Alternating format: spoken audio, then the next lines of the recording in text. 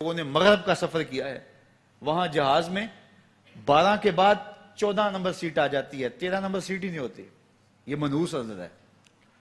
یعنی آج وہ کہیں اڑانے بھر رہے ہیں اور کہاں سے کہاں پہنچ گئے ہیں، لیکن یہ ذوف الاعتقادیہ پوری دنیا کے اوپر موجود ہے. تاریخیں مخصوص ہیں کہ ان تاریخوں کو شادی کرو گے تو برکت ہوگی، اگر ان کے علاوہ کسی اور تاریخ میں شادی کرو گے تو ٹوٹ جائے گی. ہمارے ہاں بھی کچھ لوگ کہتے ہیں کہ سفر کے مہینے میں شادی ہو تو شادی کامیاب نہیں ہوتی، اور اگر کامیاب ہو بھی جائے تو اولاد نہیں ہوتی، اولاد ہو بھی جائے تو نیک نہیں ہوتی. عجیب فلسفہ ہے. سیدہ فاطمہ تو زہرا رضی اللہ تعالی عنہا کی شادی حضرت سیدنا علی المرتضیٰ رضی اللہ تعالی عنہ سے سفر کے مہینے میں ہوئی. مجھے بتاؤ ایسی کامیاب شادی بھی کوئی ہو سکتی ہے، اور ایسا اچھا جوڑا بھی کوئی ہو سکتا ہے؟ اور پھر کہتے ہیں اولاد نہیں ہوتی، حسن حسین اور زینب پیدا ہوئے. ایسی اولاد بھی ہو سکتی ہے. اچھا اولاد ہو جائے تو نیک نہیں ہوتی. مجھے بتاؤ حسین جیسا نیک کون ہوگا، حسن جیسا نمازی کون ہوگا، اور زینب جیسی پردے دار کون ہوگی؟ تو یہ لوگوں کی اپنی خواہشات ہیں، زبان پہ جو کہہ دیے لوگ وہی مان گئے. میں نے دیکھا ہے کہ بعض اوقات لوگ 1 گھنٹے کی تقریر سننے کے بعد بھی پھر بھی کہتے ہیں نہیں اصل ہمارے خاندان میں وہ واقعی منحوس ہے، فرق تو پڑتا ہے. جب اللہ کے محبوب نے کہہ دیا لا تیارہ، کوئی منحوس نہیں ہے، نہ دنوں میں منحوس، نہ ساعتوں میں منحوس، نہ افراد میں منحوس، ہمارے الو بھی منحوس نہیں ہے. تمہارے اندر کی برائیاں ہیں جو مجسم ہو کے تمہارے سامنے آتی ہیں، اس لیے کوئی منحوس نہیں.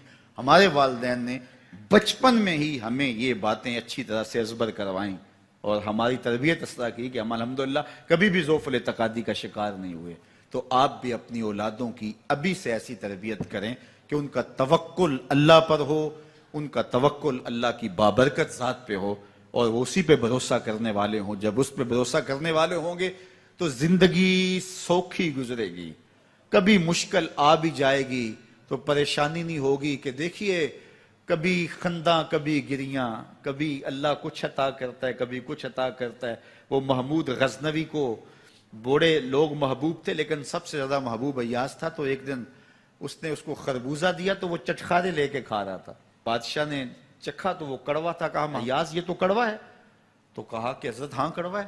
تو کہا پھر تم مزے سے کھا رہے ہو. کہا ساری زندگی ساتھ سے میٹھی نعمتیں کھائی ہیں، آج ایک کڑوا مل گیا تو پھینک دوں. جب اس پہ توکل ہوگا تو کبھی تکلیف آئے گی تو بندہ کہے گا کوئی بات نہیں، جے سونا میرے دکھ وچ راضی تے میں سکھ نو چلے ڈاواں. تو بندہ کہے گا ٹھیک ہے کوئی بات نہیں ہے، یہ اس پہ بھی میں خوش ہوں. تو جب توکل اس پہ ہوگا تو پھر بندہ اس تکلیف میں بھی لذت لینے کا راستہ نکال لے گا. اور اگر یہ ہو کہ اس منحوسہ کی وجہ سے یہ سب کچھ ہوا ہے، پھر کچیچیاں چڑھیں گی اس کے اوپر کہ اس نے یہ کیا ہے، مار ہی دوں قتل کر دوں، اس کو چھوڑوں نہ، زمین پہ رہنے کا حق ہی چھین لوں اس سے کہ اس منحوسہ کی وجہ سے یا اس منحوس کی وجہ سے یہ ہوا ہے. کوئی کسی کی وجہ سے نہیں ہوتا. یہ ہماری اپنی بدعمالیوں کی سزا ہے. اگر کوئی ہمیں نقصان در نقصان ہو رہا ہے تو توبہ کریں. 70,000 لوگ ایسے ہیں جو بغیر حساب جنت میں جائیں گے، ان کا کوئی حساب نہیں ہوگا. اللہ اپنے کرم سے انہیں یوں ہی جنت عطا فرمائے. صحابہ نے عرض کی یا رسول اللہ صلی اللہ علیہ وسلم وہ کون ہیں؟ تو آقا کریم نے شرف میں کانو لا یکتوون، یہ وہ لوگ ہیں جو اپنے جسم پہ داغ نہیں لگاتے، مخصوص نشان جسم پہ لگا لیتے ہیں. یہ فلاں بزرگ کی نشانی ہے، یہ فلاں جو ہے وہ شہید کی نشانی ہے. اللہ نے جب تمہیں سالم الاعضاء پیدا کیا ہے تو اپنے بدن کو تم کیوں نشانی؟ اس نے ساری نشانیاں لگائی ہیں. اس کی نشانیاں اتنی پکی ہیں کہ اس نشانیوں میں فرق بھی نہیں لگتا نا. یہ تمہارے انگوٹھے کی نشانی ہے. 6 ارب انسانوں کو لے آؤ اور نشان انگوٹھا لے آؤ، کسی ایک کا بھی نہیں ملے گا. یہ نشانی بھی تمہارے رب نے لگائی ہے. جیسی صورت تمہاری ہے ایسی صورت کسی اور کی نہیں بنائی. تمہیں منفرد بنایا اس میں. پوری کائنات میں سارے لوگ تمہارے جیسے ہیں لیکن تم پھر بھی الگ دکھائی دیتے ہو. سب کی 2 آنکھیں، سب کا ناک، سب کے ہونٹ، سب کا رنگ ملتا جلتا، لیکن سب کی شکلیں الگ ہیں. یہ زید ہے، یہ بکر ہے، یہ عمر ہے، یہ آس ہے، یہ فلاں ہے. دوسرے وہ ولا یسترقون، اور وہ رکیہ نہیں کرتے. یہ چھو منتر جادو ٹونا ہر وقت عاملوں کے پاس بھاگے پھرتے ہیں، اور وہ انہیں جو ہے وہ غلط سلط ٹوٹ کے ٹونے بتاتے ہیں اور وہ کرتے رہتے ہیں. عجیب لوگوں کے نفسیات ہوتے ہیں، سویر سے لے کر شام تک اسی چکر میں رہتے ہیں اور پھر ساری زندگی ان توہمات سے نکل ہی نہیں پاتے۔ اللہ نے تمہیں پیسے دیے ہیں، نئی گاڑی تم نے خریدی ہے، چھوٹے بچے کا جوتا کیوں باندھ دیا آگے تم نے؟ جوتا باندھنے سے اگر یہ ایکسیڈنٹ سے، حادثے سے گاڑی بچ سکتی ہوتی ہے تو پھر پاکستان کے جتنے پی آئی اے کے جہاز ہیں سب پر باندھ دینا چاہیے، سب پہ جوتے لٹکے ہوئے ہوں۔ عجیب تم نے فلسفہ تراشا، کسی نے جو ہے وہ کالی رنگ کی پٹی باندھ دی نیچے، اس سے اس کو نظر نہیں لگے گی۔ گھوڑے کے پاؤں کے نیچے جو کھری لگی ہوئی ہوتی ہے، کچھ لوگوں نے اپنے گھروں میں وہ باندھی ہوئی ہوتی ہیں کہ اس سے ہمارے گھر کے اندر کوئی مصیبت نہیں آئے گی، کوئی تکلیف نہیں آئے گی۔ کسی نے ہنڈیا اپنے گھر کے اوپر الٹی رکھی ہوئی ہوتی ہے، یہ ہنڈیا بچا لے گی، اور میاں ہنڈیا کیا بچائے گی تجھے؟ اللہ کے قہر سے کچھ نہیں بچا سکتا۔ جب تمہارے اوپر کوئی مصیبت نازل ہونی ہے تو کچھ نہیں بچا سکتا۔ اگر بچنا چاہتے ہو تو پھر اللہ سے استغفار کرو، اللہ تعالیٰ کی تسبیح کرو، اللہ کی تحلیل کرو، میرے حضور پہ درود پڑھو، پھر دیکھنا کہ مصیبتیں ٹلتی ہیں یا نہیں ٹلتی ہیں۔ تو یہ خام خواہ کے رکیے، اور یہ عامل لوگ جو ہیں ان کا تو کام ہی یہی ہے، ان کا کام چلتا ہے لوگ ذوف الاعتقادی میں مبتلا رہیں، اور یہ کہہ دیتے ہیں کہ آپ کے خاندان میں ایک منحوس عورت ہے، یہ اس کا کیا ہوا ہے، تو کوئی نہ کوئی منحوس تو پہلے ہی انہوں نے طے کر رکھی ہوتی ہے، فوراً ذہن وہاں جا کلک ہو جاتا ہے۔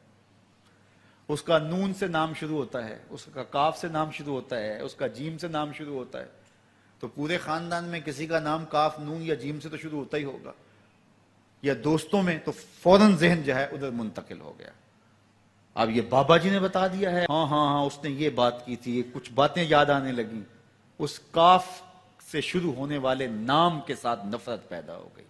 اس بابے نے نفرت کا کاروبار کیا ہے، اس نے تو 100 روپے 200 روپے لے لیے، لیکن دو انسانوں کے اندر نفرت ڈال دی۔ اس کا گریبان کل قیامت کے دن پکڑا جائے گا۔ ان ملنگوں کے پاس، ان ذوف الاعتقادی کو پھیلانے والوں کے پاس کبھی نہ جاؤ۔ تمہیں مصیبت پڑی ہے، تمہیں لگ رہا ہے کہ شاید میرے اوپر جادو ہے، تو پڑھو نا سورہ بقرہ، جادو جڑ سے اکھڑ جائے گا۔ 40 دن اپنے گھر میں سورہ بقرہ پڑھو، برکت ہوگی۔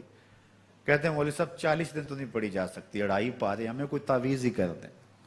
ہم شارٹ کٹ چاہتے ہیں نا، روزانہ صبح 2.5 پارے سورہ بقرہ پڑھیں، یہ تو ہم سے نہیں پڑھی جائے گی، تو آپ کوئی تعویذ ہی لکھ دیں۔ کاروبار میں برکت نہیں، میں کہتا ہوں پڑھو نا سورہ واقعہ، 3 رکوع ہیں، برکت ہوگی۔ ہم کہتے ہیں ہمیں تعویذ ملنا چاہیے، بس وہ ہم گلے میں رکھ لیں، بٹوے میں رکھ لیں، پرس میں رکھ لیں، اور ہمارا کام ہو جائے، ہمیں کچھ بھی نہ پڑھنا پڑے، ہمیں وضو تک نہ کرنا پڑے، نماز نہ پڑھنی پڑے، اور برکت ہو جائے۔ ایسے برکت تو نہیں آتی۔ بیٹے کی شادی کی، بہو گھر لائے، ابھی 2 دن نہیں گزرے تھے، کاروبار میں نقصان ہو گیا، یا گھر کا کوئی فرد فوت ہو گیا، یا کوئی جانور مر گیا، تو کہا کہ یہ منحوسہ آئی ہے تو ہمارا یہ نقصان ہو گیا۔ اگر وہ نہ آئی ہوتی تو پھر یہ نقصان نہ ہوتا، پھر تم قیامت تک جینا تھا، یا اس سے قبل تمہارے کبھی نقصان نہیں ہوئے؟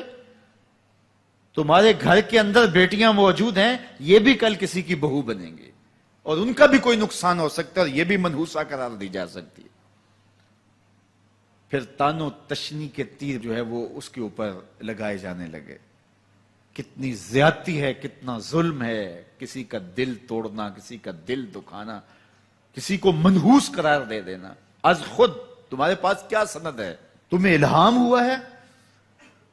کیا حجت ہے، کیا دلیل ہے تمہارے پاس کہ کسی کو تم نے منحوس قرار دے دیا؟ کتنا مکار ہے انسان، اپنی بدعمالیوں کو، اپنی نیت کے کھوٹ کو، اپنی نیت کی کوتاہیوں کو، اپنی سستیوں کو، اپنے عمل کی کمیوں کو دوسرے کے اوپر مڑ دیتا ہے۔ کاروبار تو نے صحیح نہیں کیا، نقصان ہو گیا۔ صبح 12 بجے اٹھ کے تو گھر سے جا رہا ہے اور نقصان ہو گیا۔ تو نے 2 نمبر مال بیچا، آج پکڑا گیا اور نقصان ہو گیا۔ تم نے ٹیکس نہیں دیا، تم نے زکوٰۃ نہیں دی، تم نے دروازے پہ کھڑے ہوئے سائل کو جھڑکا، نقصان ہو گیا۔ یہ تمہارے پاپ ہیں جو مصیبت بن کے تمہارے سامنے آتے ہیں، یہ تمہاری بے تدبیریاں ہیں، تمہاری ناحکمتیاں ہیں، یہ تمہاری بے احتیاطیاں ہیں، یہ تمہارا تکبر ہے، یہ تمہارا غرور ہے، یہ تمہارا عجب ہے، یہ تمہاری ریاکاری ہے، یہ تمہاری خیانت ہے، یہ تمہاری دھوکہ بازی ہے، یہ تمہارے قلب کے اندر چھپی ہوئی نفرت ہے، جو آج تمہیں مصیبت بن کے جس کا سامنا کرنا پڑ رہا ہے۔ یہ تمہارے اندر کے عیب ہیں جو مجسم ہو کے تمہارے سامنے آئے ہیں۔ اللہ تعالیٰ نے قرآن مجید میں ارشاد فرمایا وما اصابکم من مصیبہ فبما کسبت ایدیکم، جو تمہارے اوپر مصیبت آتی ہے وہ تمہاری اپنی کرتوتوں کی وجہ سے آتی ہے۔ بیماری آئی تمہارے پرہیز نہ کرنے کی وجہ سے آئی، بیماری آئی تمہارا زیادہ کھا لینے کی وجہ سے آئی، بیماری آئی تمہارا نامناسب غذا لینے کی وجہ سے آئی، بیماری آئی وقت پہ سوئے نہیں، وقت پہ اٹھے نہیں، تم نے کسی سے زیادتی کی، بیماری تمہاری بدعمالیوں کی سزا ہے، مصیبت کا آنا، تکلیف کا آنا تمہاری بدعمالیوں کی سزا ہے۔ اور منحوسہ یہ خاندان کی خاتون ہے، تو یہ دوسرے کے اوپر مڑ کے اپنی کوتاہی، اپنی غلطی دوسرے کے اوپر لگا دی اور اس کو منحوس قرار دے دیا۔ اگر کسی کا کام تمہیں دیکھ کر کے اچھا نہ ہو تو پھر تم بھی منحوس قرار پائے نا۔ اگر آج تم کسی کی بہن کو، کسی کی بیٹی کو منحوس قرار دیا ہے اور خاندان کے اندر اس کو منحوس مشہور کر دیا ہے، تو اگر کوئی یہ مشق تمہاری ماں پہ کرے، تمہاری بہن کو منحوس قرار دے دے، تمہاری بیٹی کو منحوس قرار دے دے، تو تمہارے دل پہ کیا گزرے گی؟ یہ کتنا ظلم ہے، کتنی بڑی زیادتی ہے کہ آج خود کسی کو منحوس قرار دے دیا۔ کوئی منحوس نہیں ہے، کوئی لمحہ منحوس نہیں ہے، کوئی شخص منحوس نہیں ہے، کوئی وقت منحوس نہیں ہے، کوئی گھڑی منحوس نہیں ہے۔ مصیبت کا آنا، تکلیف کا آنا تمہاری بدعمالیوں کی سزا ہے۔ لیکن قرآن نے کیا خوب بات فرمائی، وَيَعْفُو عَنْ كَثِيرٍ، ابھی تو بہت ساری باتیں ہم معاف ہی کر دیتے ہیں۔ تم نے کوئی گناہ کیا، پھر تمہارے ہاتھ اٹھ کے ہم نے معاف کر دیا۔ تم نے کوئی گناہ کیا، تم نے صدقہ کیا، ہم نے معاف کر دیا۔ تم نے کوئی گناہ کیا، تم نے سجدہ کیا، ہم نے معاف کر دیا۔ تم نے گناہ کیا، تم نے وضو کیا، ہم نے سارے گناہ جھاڑ دیے۔ تو کچھ اعمال ایسے ہیں کہ جن کی سزا بھگتنی پڑتی ہے لازمی، لیکن زیادہ عمل ایسے ہیں اللہ فرماتا ہم زیادہ یوں ہی معاف کر دیتے ہیں۔ اور اگر ہم سارے معاف نہ کریں تم چل ہی نہ سکو، زندگی تمہاری گزرے ہی نہ، اتنی مصیبتیں تمہارے اوپر ٹوٹ پڑیں، لیکن تم وہ منحوسہ کو قرار دے کے اپنے اوپر سے ٹال رہے ہو، فلاں منحوسہ اس لیے ہو سب